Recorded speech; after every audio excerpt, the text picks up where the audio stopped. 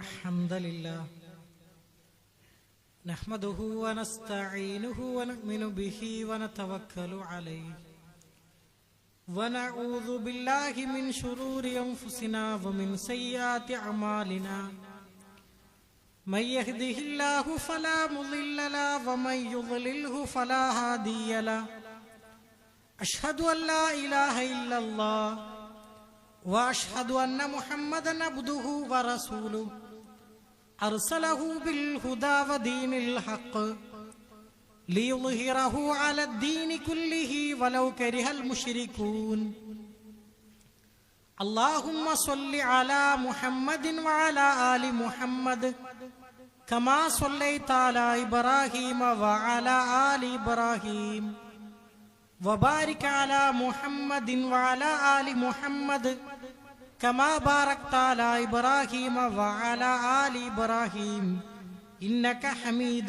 مجيد أما بعد فإن خير الكلام كلام الله وخير السنن سنن محمد مصطفى صلى الله عليه وسلم وشر الأمور محدثاتها وكل محدثة بدعة وكل بدعة ضلالة وكل ضلالة في النار أعوذ بالله من الشيطان الرجيم بسم الله الرحمن الرحيم يا أيها الناس اتقوا ربكم الذي خلقكم من نفس واحدة وخلق منها زوجها وبث منهما رجالا كثيرا ونساء واتقوا الله الذي تساءلون به والأرحام إن الله كان عليكم رقيبا بسم الله الرحمن الرحيم يا أيها الذين آمنوا اتقوا الله حق تقاته ولا تموتن إلا وأنتم مسلمون يا أيها الناس أوصيكم وإياي أولا بتقوى الله ബഹുമാന്യരായ സത്യവിശ്വാസികളെ വിശ്വാസിനികളെ, സർവലോക പരിപാലകനായ അള്ളാഹുവിന്റെ നിയമനിർദ്ദേശങ്ങൾ ജീവിതത്തിന്റെ എല്ലാ മേഖലകളിലും പാലിക്കണമെന്ന് ആമുഖമായി ഓർമ്മപ്പെടുത്തുകയാണ്, വസിയ്യത്ത് ചെയ്യുകയാണ്. ഇന്നത്തെ ഖുതുബയിൽ നരകവുമായി ബന്ധപ്പെട്ട കുറച്ച് കാര്യങ്ങൾ സൂചിപ്പിക്കാനാണ് ഉദ്ദേശിക്കുന്നത്. അള്ളാഹുവിന്റെ വിധിവിലക്കുകൾ ലംഘിച്ചവർക്കുള്ള ദുരിതപൂർണമായ സങ്കേതമാണ് നരകം എന്നുള്ളത്. പരിശുദ്ധ ഖുർആനിലെ ഒട്ടനവധി സ്ഥലങ്ങളിൽ നരകത്തെപ്പറ്റി അല്ലാഹു തആല പരാമർശിക്കുന്നുണ്ട്. റബ്ബിന്റെ കൽപ്പനകളെ അവഗണിക്കുകയും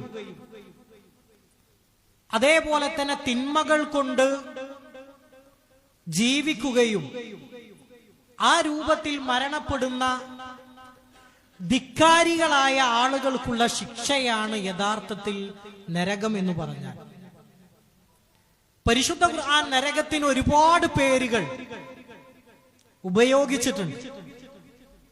അന്നാർ, അതേപോലെ തന്നെ ജഹന്നം, അൽഹാവിയ എന്നിങ്ങനെയുള്ള ഒരുപാട് അറബി പേരുകൾ നരകത്തിന് നമുക്ക് കാണുവാൻ സാധിക്കും.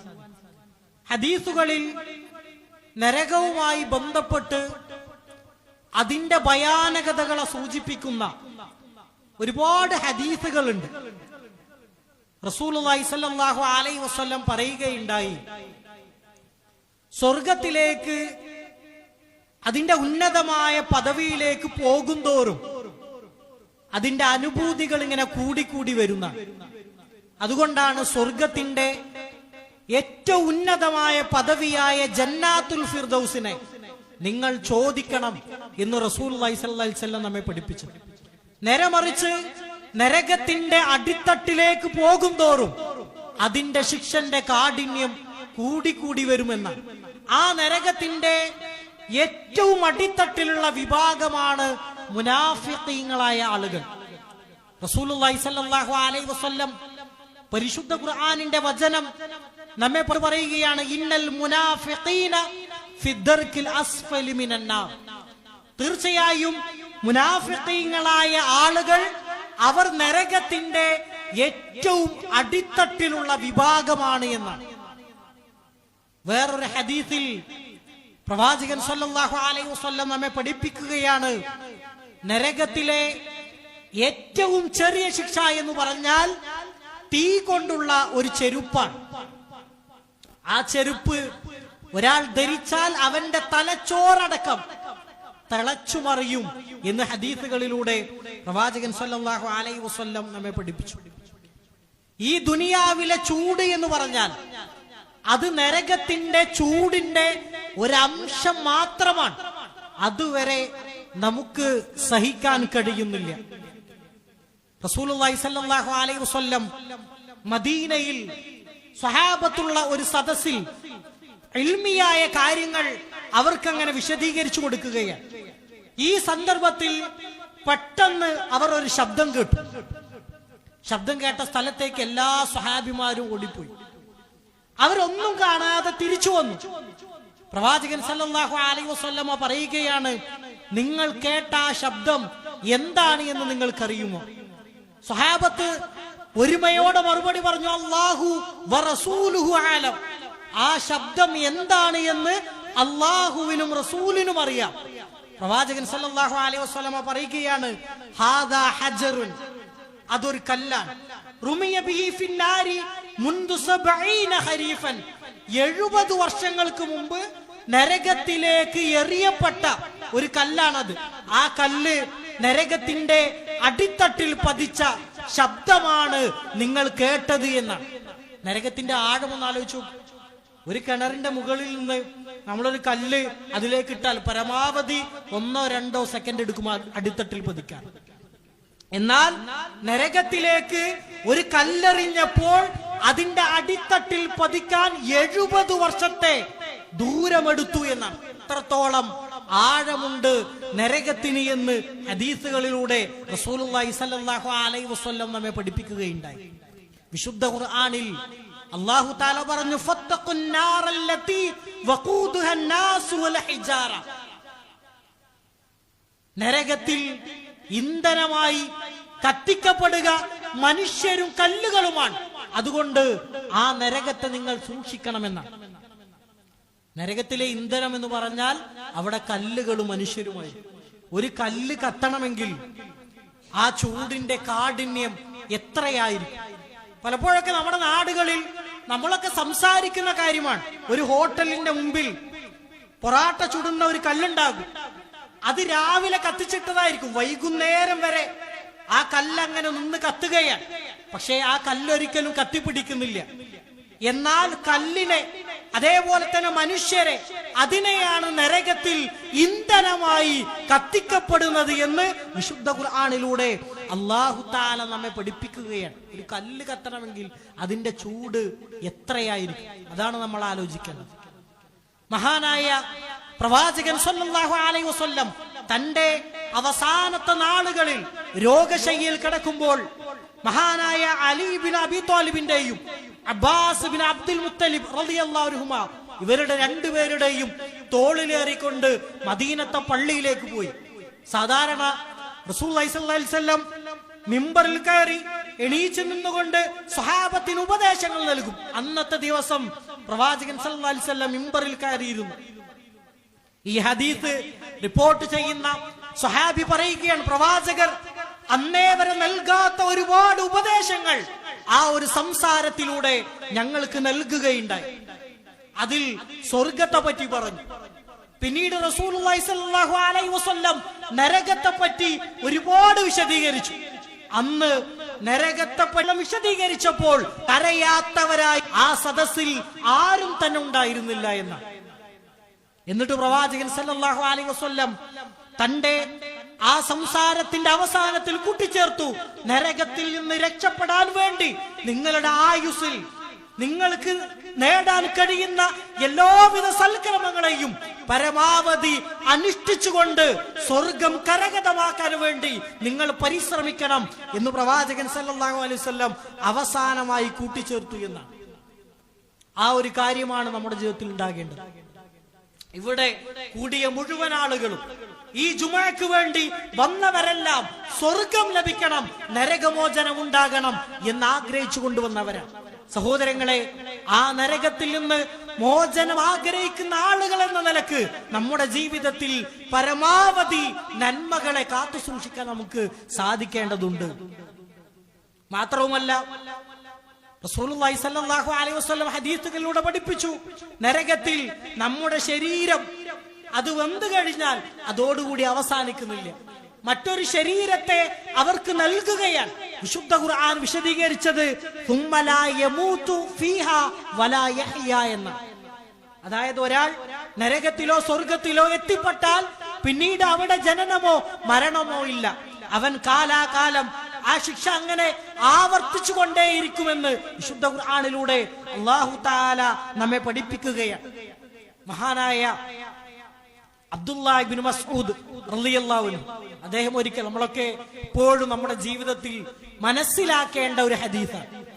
അദ്ദേഹം റസൂലുള്ളാഹി സ്വല്ലല്ലാഹു അലൈഹി വസല്ലമയോട് ചോദിക്കുകയാണ്, അന്നാറു കൈഫ ഹിയ, പ്രവാചകരെ, നരകമെന്ന് പറഞ്ഞാൽ അത് എങ്ങനെയാണ്? ഈ ചോദ്യത്തിന് റസൂലുള്ളാഹി സ്വല്ലല്ലാഹു അലൈഹി വസല്ലമ നൽകിയ മറുപടി എന്ന് പറഞ്ഞാൽ, ലൗ റഅയ്തുഹാ ലസാല ഖൽബുക മിൻ മകാനിഹി, ആ നരകമെങ്ങാനും നീ കണ്ടാൽ നിന്റെ ഹൃദയം, നിന്റെ ശരീരത്തിലെ ഹൃദയം അത് ആ സ്ഥാനത്ത് നിന്ന് തെറിച്ചു പോകുന്നു.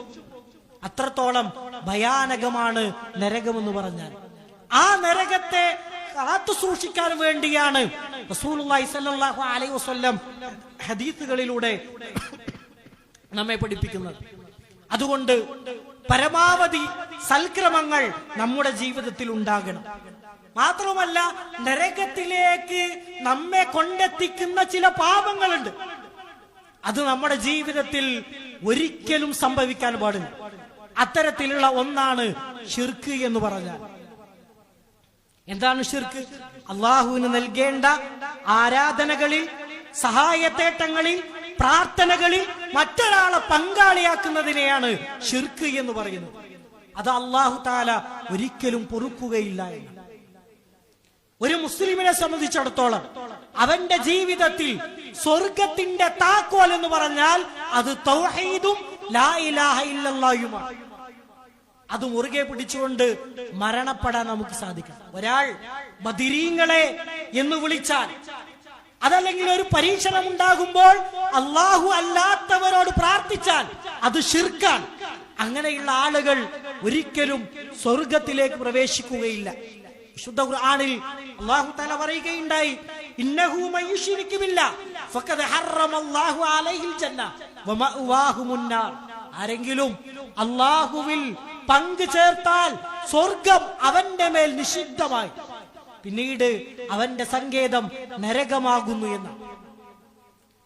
ഇന്നും പല നാടുകളിൽ ശിർക്ക്പരമായ മൗലിദുകൾ റബീഉൽ അവ്വൽ മാസത്തിലും അല്ലാത്ത മാസങ്ങളിലും അത് പുണ്യമായി കണക്കാക്കി അത്തരത്തിലുള്ള ശിർക്കൻ ആശയങ്ങൾ പാരായണം ചെയ്യുന്ന വീടുകളെ നമുക്ക് കാണുവാൻ സാധിക്കും. ഒരാള് രോഗം മാറാൻ ഒരു ഏലസ് കിട്ടിയാൽ, അല്ലെങ്കിൽ അല്ലാഹു അല്ലാത്തവരുടെ പേരിൽ ബലിയർപ്പിച്ചാൽ, അല്ലാഹു അല്ലാത്തവരുടെ പേരിൽ സത്യം ചെയ്താൽ അതെല്ലാം ശിർക്കാണ് എന്നാണ്. ഒരു മുസ്ലിമിനെ സംബന്ധിച്ചിടത്തോളം അവന്റെ ജീവിതത്തിൽ പരീക്ഷണങ്ങൾ ഉണ്ടാകുമ്പോൾ, പ്രതിസന്ധികൾ ഉണ്ടാകുമ്പോൾ പ്രാർത്ഥിക്കേണ്ടത്, സഹായം തേടേണ്ടത്, അവൻ വിളിക്കേണ്ടത് അല്ലാഹ് എന്നാണ്. അതാണ് ഈ ലോകത്തേക്ക് വന്ന മുഴുവൻ പ്രവാചകന്മാരും തന്റെ ജനതയെ പഠിപ്പിച്ചത്.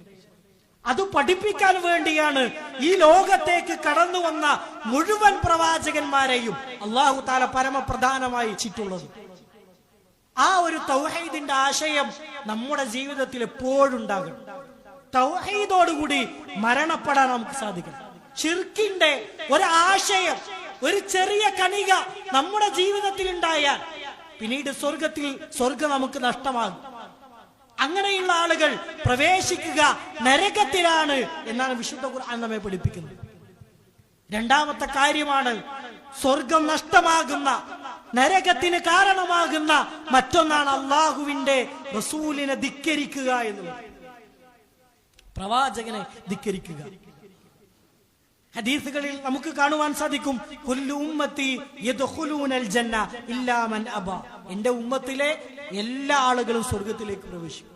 വിസമ്മതിച്ചവരുണ്ട്, ധിക്കാരം പ്രവർത്തിച്ചവർ, എന്റെ സുന്നത്തുകളെ സ്വീകരിക്കാത്ത ആളുകൾ, അത്തരത്തിലുള്ള ആളുകൾ സ്വർഗത്തിലേക്ക് പ്രവേശിക്കുകയില്ല എന്ന് റസൂലുള്ളാഹി സ്വല്ലല്ലാഹു അലൈഹി വസല്ലം നമ്മെ പഠിപ്പിക്കുകയാണ്. അതുപോലെ തന്നെ സ്വർഗം ആഗ്രഹിക്കുന്ന ഒരു മുസ്ലിമിനെ സംബന്ധിച്ചിടത്തോളം അവന്റെ ജീവിതത്തിൽ ഉണ്ടാകേണ്ട ഏറ്റവും വലിയ ഇബാദത്താണ് നമസ്കാരം എന്നുള്ളത്. നിസ്കാരം ഉപേക്ഷിക്കുക എന്നുള്ളത് നരകശിക്ഷക്ക് കാരണമാണ്. ഒരു മുസ്ലിമിനെ സംബന്ധിച്ചിടത്തോളം 10 വയസ്സായ 7 വയസ്സ് മുതൽ നമസ്കാരം ആരംഭിക്കും. 10 വയസ്സായാൽ അവന്റെ മരണം വരെ 5 നേരത്തെ നമസ്കാരം ഒന്നുപോലും പാഴാകാതെ അത് കൃത്യമായി നിലനിർത്തിക്കൊണ്ടുപോകുവാൻ അവന് സാധിക്കേണ്ടതുണ്ട്.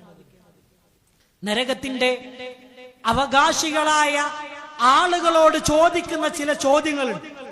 അവരോട് ചോദിക്കും, മാ സലക്കക്കും ഫീ സഖർ, നിങ്ങൾ ഈ നരകത്തിലേക്ക് പ്രവേശിക്കാനുള്ള കാരണം എന്താണ്? ഈ സമയത്ത് അവർ നൽകുന്ന മറുപടി, ഖാലു, അവർ പറയും, ലം നകു മിനൽ മുസല്ലീൻ, ഞങ്ങൾ നമസ്കരിക്കുന്ന ആളുകളുടെ കൂട്ടത്തിലായിരുന്നില്ല എന്ന്. സഹോദരങ്ങളെ, സഹോദരിമാരെ, നമ്മുടെ ജീവിതത്തിൽ 5 നേരത്തെ നമസ്കാരങ്ങളിൽ ഏതെങ്കിലും ഒന്ന് നഷ്ടപ്പെടുന്നുണ്ട് എങ്കിൽ, സ്ഥിരമായി ഏതെങ്കിലും ഒരു ജമാഅത്ത് പോകുന്നുണ്ട് എങ്കിൽ, അത് നമ്മുടെ സ്വർഗം നഷ്ടമാകാനുള്ള കാരണമായി തീരുമെന്ന്. നമസ്കാരം നമ്മുടെ ജീവിതത്തിൽ ഉണ്ട് എങ്കിൽ അത് നമ്മുടെ ജീവിതത്തിലെ ഏറ്റവും വലിയ നന്മയാണ്, ഐശ്വര്യമാണ് എന്നാണ് വിശുദ്ധ ഖുർആൻ നമുക്ക് പഠിപ്പിച്ചു തരുന്നത്. ആ നമസ്കാരത്തെ നമ്മുടെ ജീവിതത്തിൽ നിലനിർത്തിക്കൊണ്ടു പോകുവാൻ നമുക്ക് സാധിക്കേണ്ടതുണ്ട്. പിന്നീടുള്ള മറ്റൊരു പാപമാണ് അഹങ്കാരം എന്നുള്ളത്. നമ്മുടെയൊക്കെ ജീവിതത്തിൽ അള്ളാഹു ഒരുപാട് അനുഗ്രഹങ്ങൾ നൽകും. ആരോഗ്യം എന്ന് പറഞ്ഞാൽ, സമ്പത്ത് എന്ന് പറഞ്ഞാൽ, അധികാരം എന്ന് പറഞ്ഞാൽ, പദവികൾ എന്ന് പറഞ്ഞാൽ, നമുക്ക് ലഭിക്കുന്ന ഉയർന്ന ജോലി വരെ, അതുവരെ അള്ളാഹുവിന്റെ സൗഭാഗ്യങ്ങളിൽപ്പെട്ടതാണ്.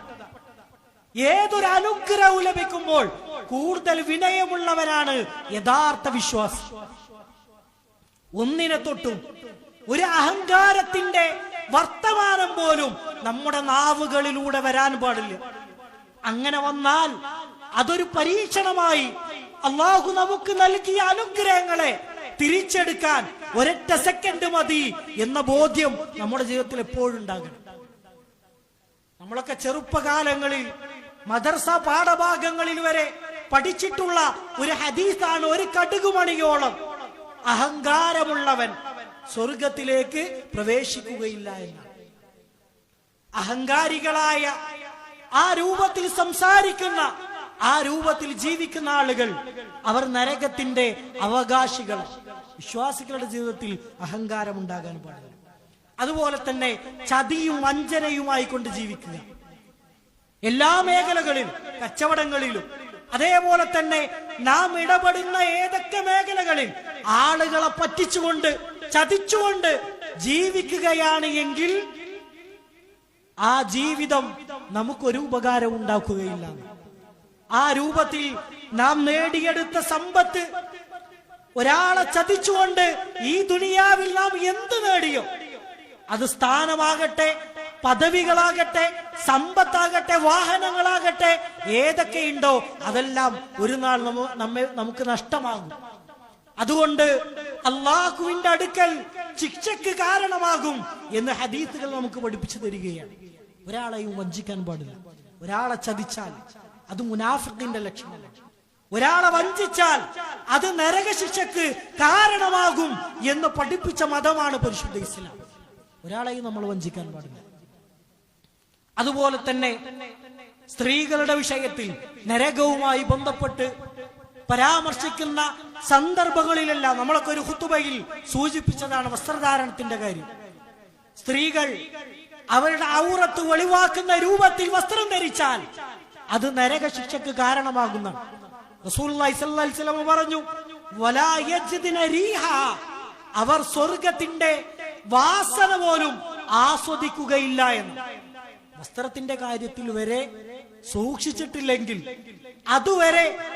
അതിൽ വരെ നമുക്കൊരു ശ്രദ്ധ ഉണ്ടായിട്ടില്ലെങ്കിൽ നരകശിക്ഷക്ക് കാരണമാകും എന്നാണ് റസൂലുള്ളാഹി സ്വല്ലല്ലാഹു അലൈഹി വസല്ലം ഹദീസുകളിലൂടെ നമുക്ക് പഠിപ്പിച്ചു തരുന്നത്. നമ്മുടെ വീടുകളിൽ സഹജീവികളായി നമ്മുടെ കൂടെ ഉണ്ടാകുന്ന ഒരുപാട് മിണ്ടാപ്രാണികൾ, അതിൽ പക്ഷികളുണ്ടാകും, മൃഗങ്ങളുണ്ടാകും. അതിനെ ഉപദ്രവിക്കുന്നതുവരെ, ഭക്ഷണപാനീയങ്ങൾ കൊടുക്കാതിരിക്കുന്നതുവരെ നരകശിക്ഷക്ക് കാരണമാകും എന്ന് റസൂലുള്ളാഹി സ്വല്ലല്ലാഹു അലൈഹി വസല്ലം നമ്മെ പഠിപ്പിക്കുകയാണ്. പ്രവാചകരോട് ഒരു സ്വഹാബി ചോദിച്ചു, പ്രവാചകരെ, ഒരാളെ നരകത്തിലേക്ക് കൊണ്ടെത്തിക്കുന്ന മനുഷ്യ ശരീരത്തിലെ ഏറ്റവും വലിയ അവയവം ഏതാണ്? റസൂലുള്ളാഹി സ്വല്ലല്ലാഹു അലൈഹി വസല്ലം അതിന് നൽകിയ ഉത്തരം തന്റെ നാവ് കാണിച്ചു കൊടുത്തു. ഇതാണ് നമ്മുടെ സംസാരം. അത് നിയന്ത്രിച്ചിട്ടില്ലെങ്കിൽ, നമ്മുടെ സംസാരം മറ്റൊരാളെ ഉപദ്രവിക്കുന്നുവെങ്കിൽ, നമ്മുടെ സംസാരങ്ങളിൽ ഒരാളെ പരിഹസിക്കുകയും കളിയാക്കുകയും അശ്ലീലതകൾ സംസാരിക്കുകയും അശ്ലീലതകൾ പറയുകയും തെറി വിളിക്കുകയും ആളുകളെ ആക്ഷേപിച്ചുകൊണ്ട് നാം സംസാരിക്കുകയും ചെയ്താൽ നമ്മുടെ അമലുകൾ നഷ്ടമാകും. അതോടൊപ്പം അത് നരകശിക്ഷക്ക് കാരണമാകും എന്ന് റസൂലുള്ളാഹി സ്വല്ലല്ലാഹു അലൈഹി വസല്ലം നമ്മെ പഠിപ്പിക്കുകയാണ്. നമ്മെ നരകത്തിലേക്ക് കൊണ്ടെത്തിക്കുന്ന ഏറ്റവും വലിയ അവയവമാണ് നാവ് എന്നുള്ളത്. ജീവിതത്തിന്റെ ഏതൊക്കെ മേഖലകളിലും നാവിനെ സൂക്ഷിക്കാൻ നമുക്ക് സാധിക്കണം. സ്വർഗം എന്ന് പറഞ്ഞാൽ അത് പെട്ടെന്ന് വളരെ എളുപ്പത്തിൽ സ്വർഗത്തിലേക്ക് പ്രവേശിക്കാമെന്ന് നാം ആരും കരുതേണ്ടതില്ല. സ്വർഗം കരഗതമാക്കണമെങ്കിൽ അതിന് കഷ്ടപ്പാടുകളുണ്ട്, പ്രയാസങ്ങളുണ്ട്. നമ്മുടെ ജീവിതത്തിൽ ധാരാളക്കണക്കിന് നന്മകളുണ്ടെങ്കിൽ മാത്രമേ സ്വർഗത്തിലേക്ക് പ്രവേശിക്കാൻ നമുക്ക് സാധിക്കുകയുള്ളൂ. ഏതൊക്കെ നന്മകൾ, അത് എത്ര ചെറുതാകട്ടെ, അത് നേടിയെടുക്കാൻ നമുക്ക് സാധിക്കുമോ അതെല്ലാം നമ്മുടെ ജീവിതത്തിലേക്ക് കൊണ്ടുവരാൻ നമുക്ക് കഴിയേണ്ടതുണ്ട്. ആ രൂപത്തിലുള്ള സത്യവിശ്വാസികളുടെ കൂട്ടത്തിൽ അല്ലാഹു തആല ഏവരെയും ഉൾപ്പെടുത്തി അനുഗ്രഹിക്കുമാറാകട്ടെ.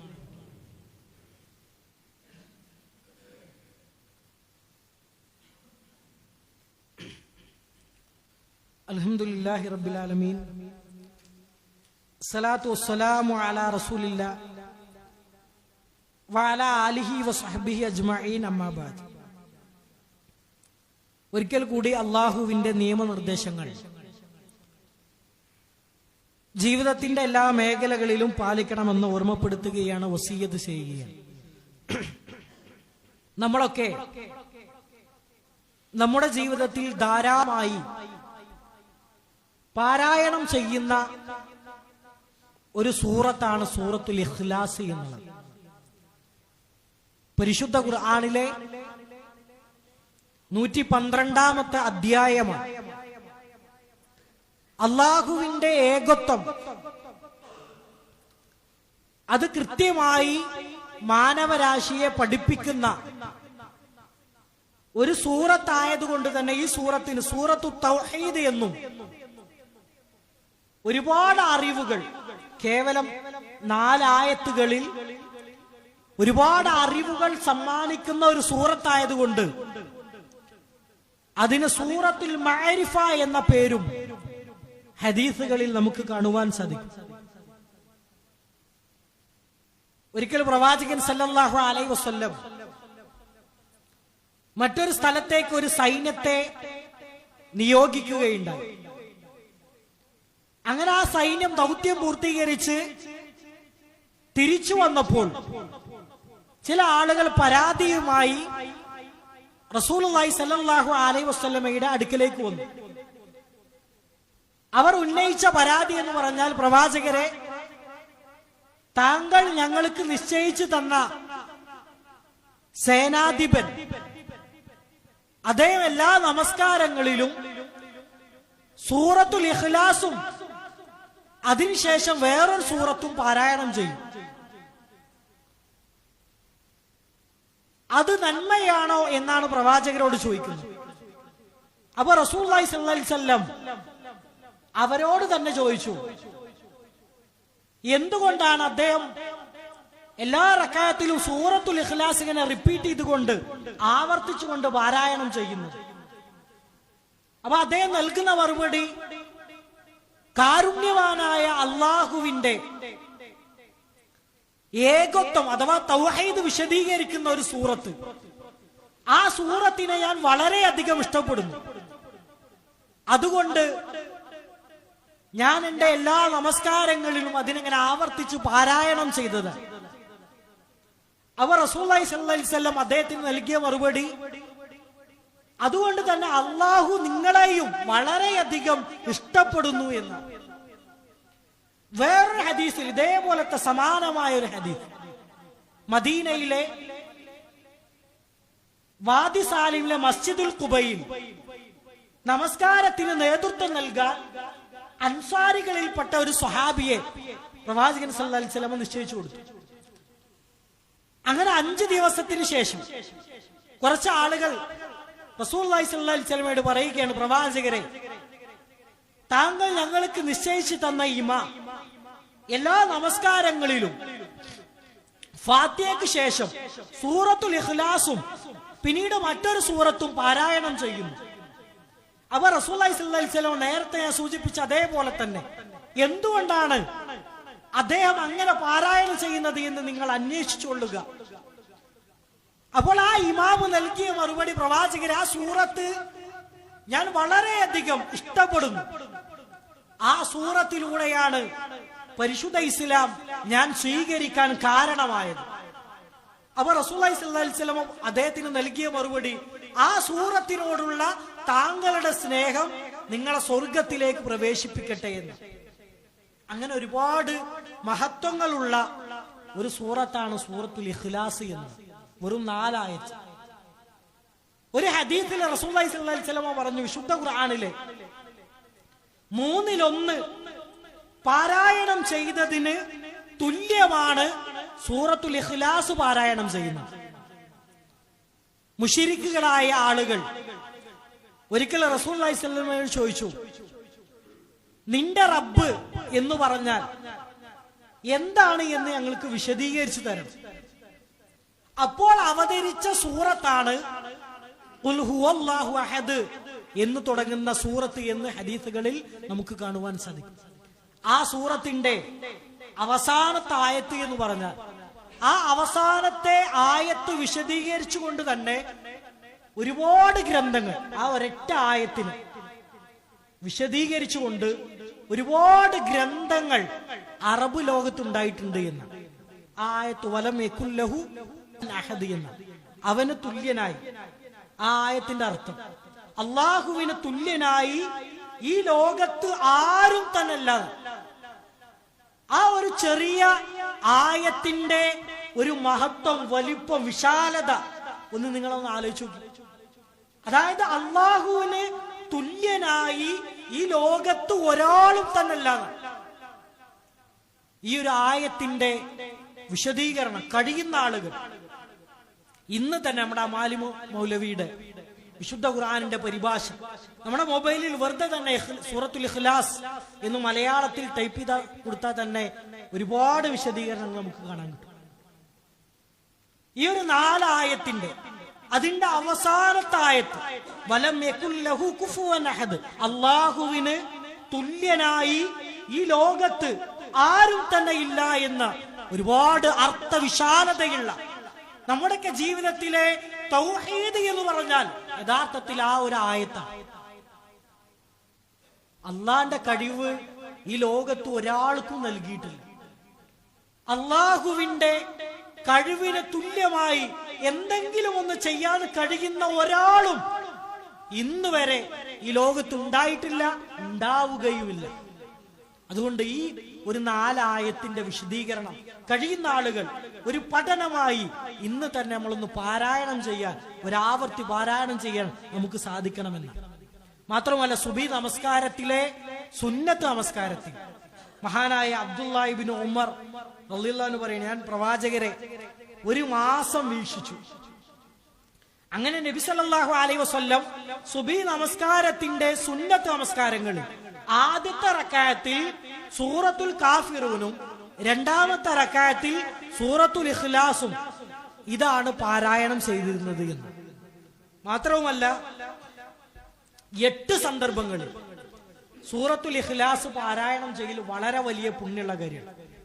അതിൽ 5 എണ്ണം 5 നേരത്തെ നിസ്കാരം, 5 നേരത്തെ നമസ്കാര ശേഷം സൂറത്തുൽ ഇഖ്ലാസും സൂറത്തുൽ ഫലഖും അതേപോലെ തന്നെ സൂറത്തുൽ നാസും പാരായണം ചെയ്യൽ വളരെ വലിയ പുണ്യമുള്ള കാര്യമാണ്.